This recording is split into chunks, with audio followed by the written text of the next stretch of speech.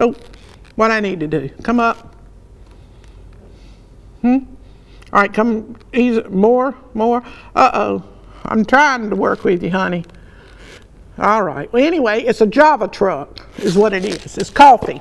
So let me get up there before I read anything, because I have talked about how we are lazy and we don't want to have this conflict within ourselves.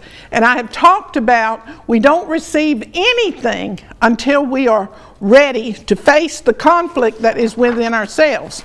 And we are lazy creatures, and we prefer to continue to create our words and our world with repeated words, the same actions.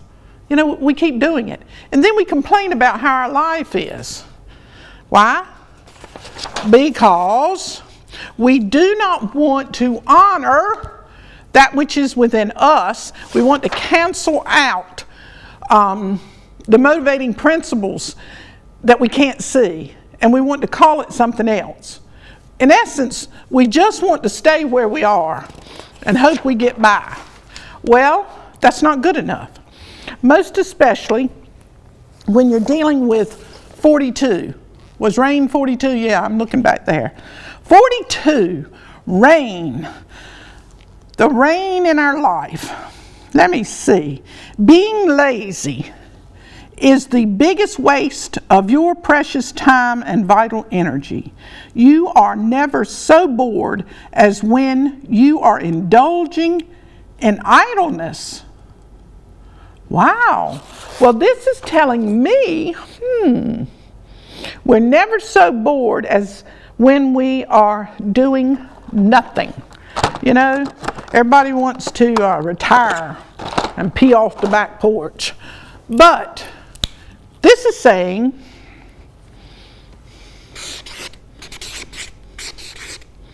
that being lazy and engaging in idleness is the biggest waste of time and boredom that you can possibly engage in. So if that is so, we must have come down to earth, as is cited in the Bible, to be fruitful and multiply, to be productive. Okay, let's see. Now don't think, Mitzi, I'm going to forget the word coffee, because I'm not. Because that's relevant too, and we're going to see how. But let's go with lazy first. 12 starts with that letter of enlightenment. It is the hangman. Woo. The hangman starts the word lazy. 8 and 7. So we got an 8 and we got a 20. 28.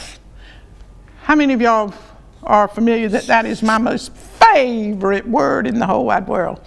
28 comes down to a 1. Now why? No, I don't know why. I'll make it up today. It's just good.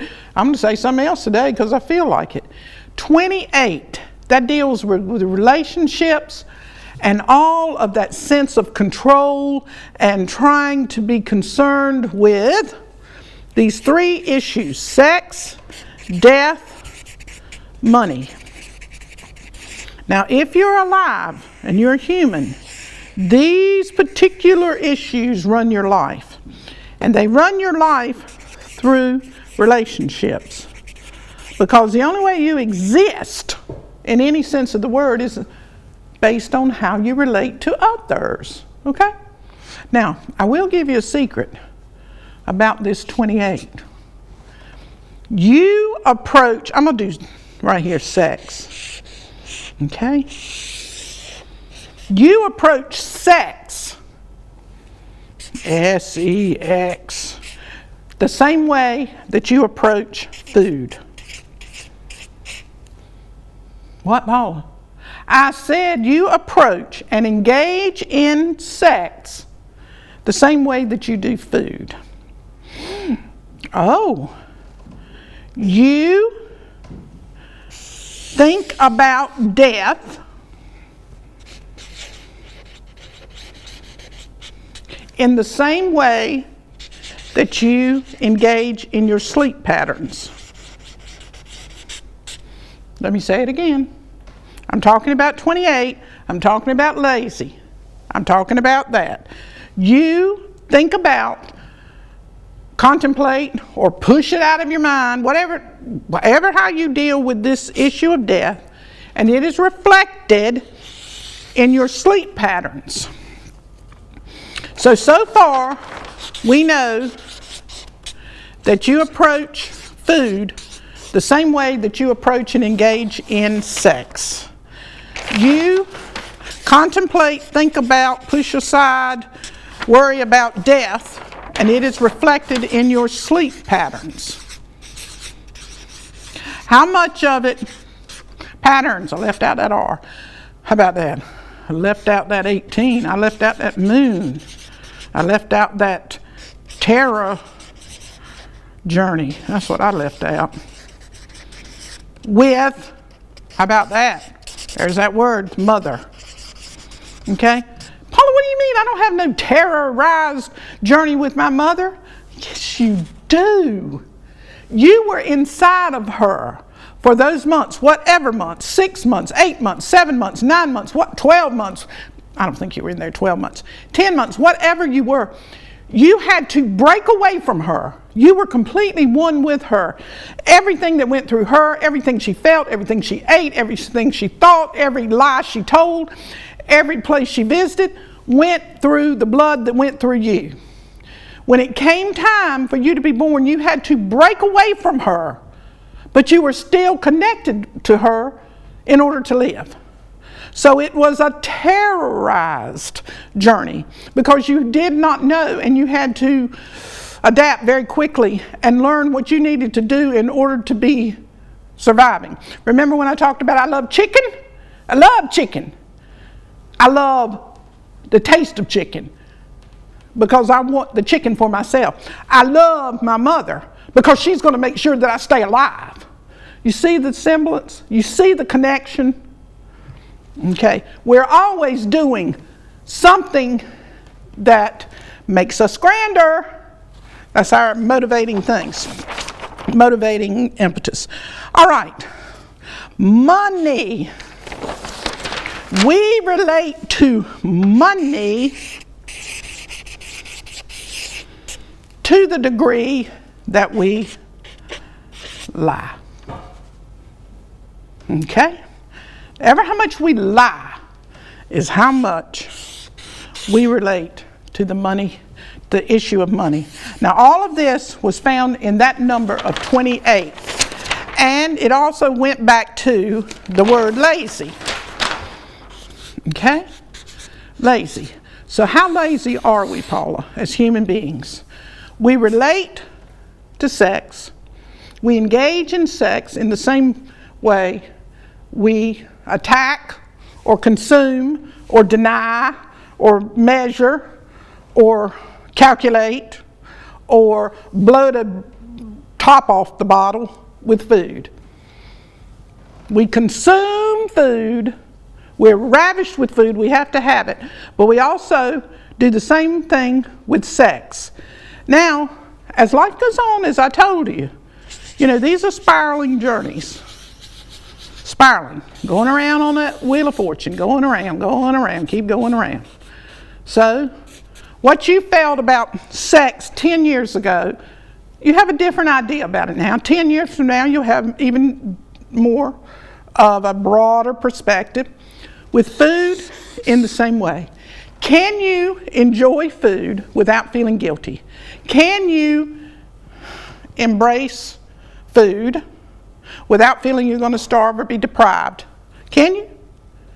Or thinking that you have to have it and not relax. The key deal here is relax. In order to enjoy sex, you got to relax. And in order to enjoy food, you got to relax. Death. How in the world? How do we possibly engage in any kind of thoughts and feelings of security where death is concerned, because that is the great unknown. So is sex too. Sex is the unknown as well, because you're really what you're seeking for in sex in the same way with food, because when you're consuming food, you're consuming God, because every bit of the food is God. And the same way with sex, when you're consuming or engaging in sex, what you're wanting is this interchange and intercourse and intermingling and sensational celebratory emancipation. At the same time, as with mothers, that's a good point. You know, mothers will give to you and you're dependent on them, but what they really want you to do is become independent. If there are a true mother, no mother wants you to remain dependent upon them. In the same way, God, whatever that is, God, goddess, it is whatever your definition of God. So we can embrace sex, the high experience of sex, in the same way of food, when we can relax enough and be liberated to know that we can have all that we want. We're never deprived of it. We are having what we can. Didn't I start that with what you are able to contain at the moment? You can't get something that you're not able to contain. Okay, your sleep patterns, going back to that. This issue of death, you're going to die. I'm going to die. Your mother's going to die. Your father's going to die. Your children's going to die. People's going to die. Strangers are going to die. We're going to die. Okay? That's it. We were born to die. We're going to die. Now, our sleep patterns, how we sleep or don't sleep, or fretful, or disturbed, or cannot sleep at all, is based on this subconscious fear of not knowing and not being able to come to terms with it. And this right here is an indication that you, me, the next person, is really working with that idea that's behind that black curtain, blue curtain, green curtain. So just know that. That's part of being lazy. You can learn more about death. Yes, you can. But it requires of you moving from that position where you don't want to move to. Okay, I ain't gonna worry about it. It's gonna happen one day, who cares? Death can release you so that you can have peaceful, restful sleep. And it can also, this right here has to do with this, because the way you're sleeping affects your sexual activity and the way that you take in and metabolize food and eliminate food. All right, money. Here's the king daddy right here. How do you relate to money? Are you always saying, I don't have it, I can't pay my bills, I don't have it up? Or are you trying to hoard it? Or are you trying to amass a fortune? Or are you getting, filling up your houses and your barns and your cars with material possessions? What'd I say? I said you're lying. When you're doing all that, you're lying, because you have not come to that place where you know that you don't need anything, you don't want anything. Paula, that is the stupidest thing that I've ever heard you say. All right, well, how about this one? Because I've said this on other shows, I'm going to say it again. You can have anything you want. Anything you want that you could possibly imagine. You're not going to be barred from having it when you no longer want it. When you stop lying to yourself.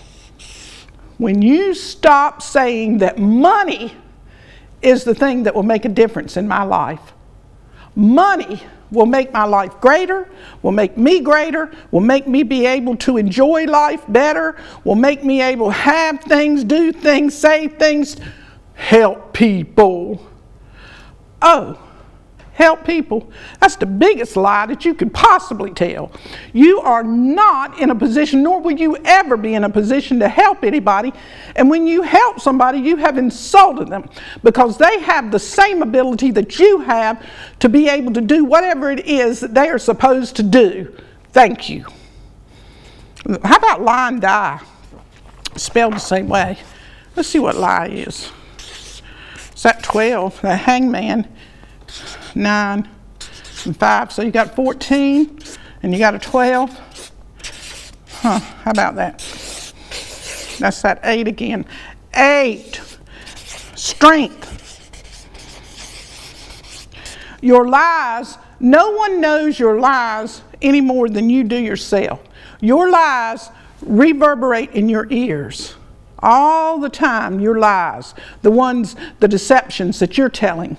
And they're in there reverberating so that you can move away from that lazy position, so that you can embrace sex, death, money, food, sleep. What's the other one? That looks like a sheep. What was the other one? Oh, and stop lying. What is it that you think that you have to conceal? But whatever it is, wherever in your Virgo placement in your chart, you have not released your ideas of success and what it takes to be successful. So, let's see. Alrighty, let's see. Being lazy, we're talking about 42, we're talking about rain, aren't we? We're talking about Virgo. The reigning of Virgo in your life. You are never so bored as when you are indulging in idleness. No account is served by sloth. When you have chosen to be indolent by not tending to those needs of the hour, your life runs amok. Okay, that's a good thing. I like that. Let me stay with that a minute. All right, see, there's things that you must do. I mean, there's things I must do, there's things Mitzi must do, Sandy, everybody. There's things that we've got to do. And yet we are so lazy. And you know what that lazy is? Disinterest.